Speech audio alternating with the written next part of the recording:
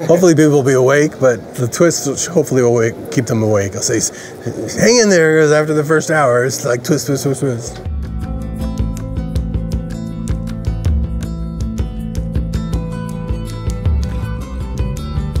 Fatherhood for sure, but I was also like a father figure very early on, because I was from a family of 10 kids, and I was the third oldest. So even my earliest action films, I didn't have any actors, so I would just use my little siblings.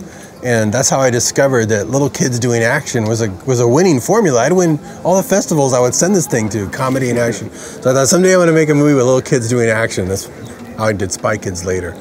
By the time I did Spy Kids, then I had my own kids. But so it was always a part of my filmmaking. The other part of it was I was a cartoonist.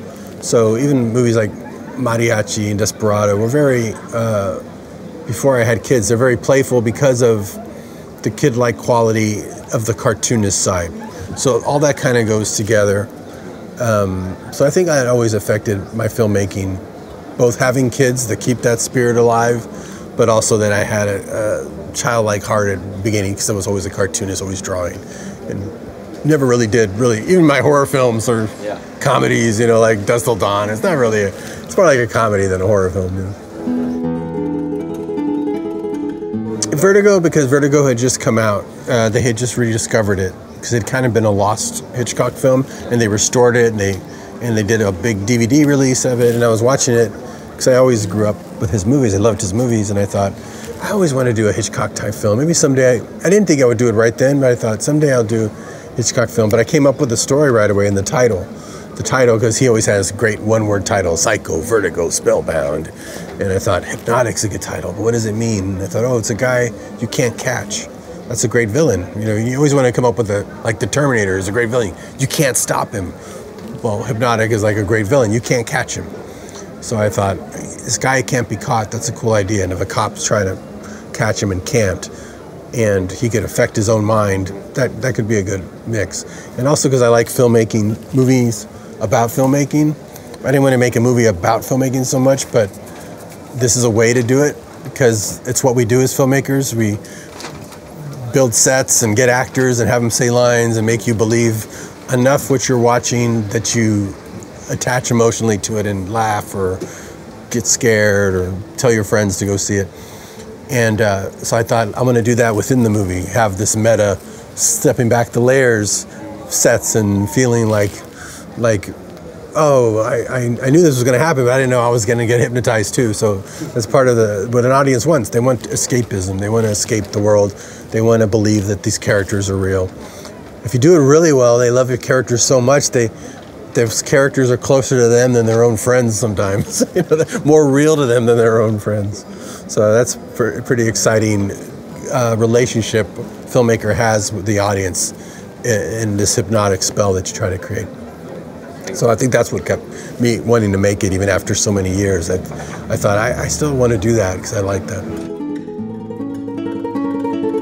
And I've worked with a lot of actors that are directors also, and I always love it. Especially if you're like on a tight schedule and you've got to move fast. Wow, they just so understand what it's like in your position. They're not there to direct at all. They just want to be They just want to act and be directed. Yeah. But if you say, I know it doesn't feel natural, but could you? Oh, because you can't see this. I got it. Yeah, sure, no.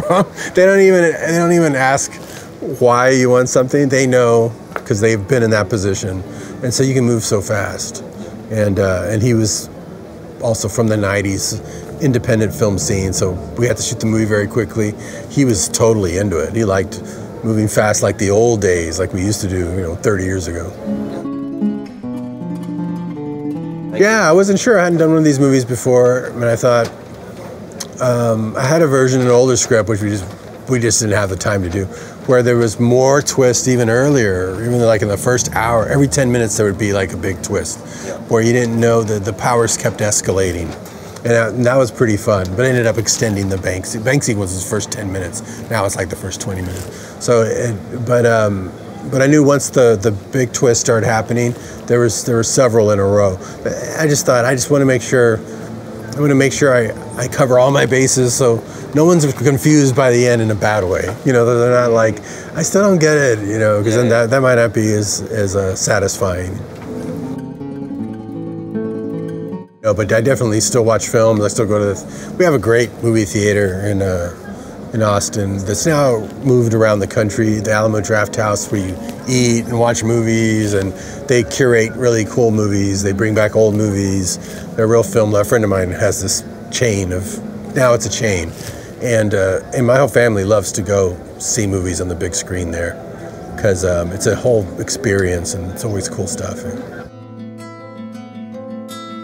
I have to turn back into night guy when I can't get stuff done, when there's just so much, there's a lot of projects and things happening. There's a lot going on right now, and I just switch back to nights, and you can get so much done. Like 1 week of nights equals 10 weeks of days. Like, it's crazy.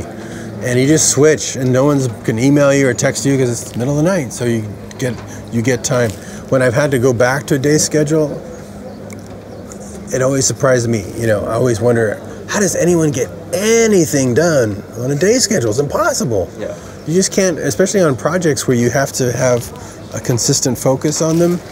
You can't be, and there's a lot of important stuff, but I can't be answering calls all day or emails, and it's all important stuff, but you just will never have enough time to do everything. But if you switch to night, somehow magically, time stands still, and you catch back up on everything. And they say it's probably not healthy to be on nights, but it's a lot healthier than being stressed all day because you're way behind on shit.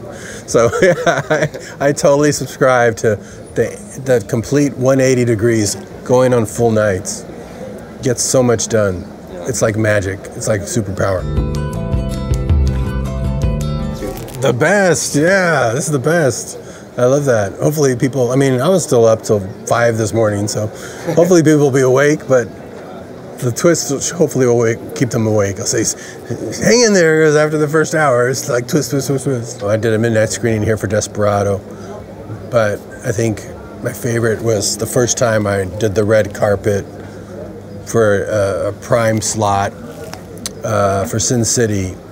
That one was just the most glamorous thing I felt I had ever done, because it was me and Frank Miller, of course, but it was Benicio del Toro, Clive Owen, Brittany Murphy, Mickey Rourke. I mean, everybody was there. It was really Rosario Dawson, Jessica Alba, and it was just a whole line of us going there, because it was such a big cast. Yeah. And it wasn't even the whole cast. There was like already like a ton of us. And to go and do that whole experience, that was pretty magical. And they were playing my music, my score was playing, you know, as you go up the stairs. It was pretty wild.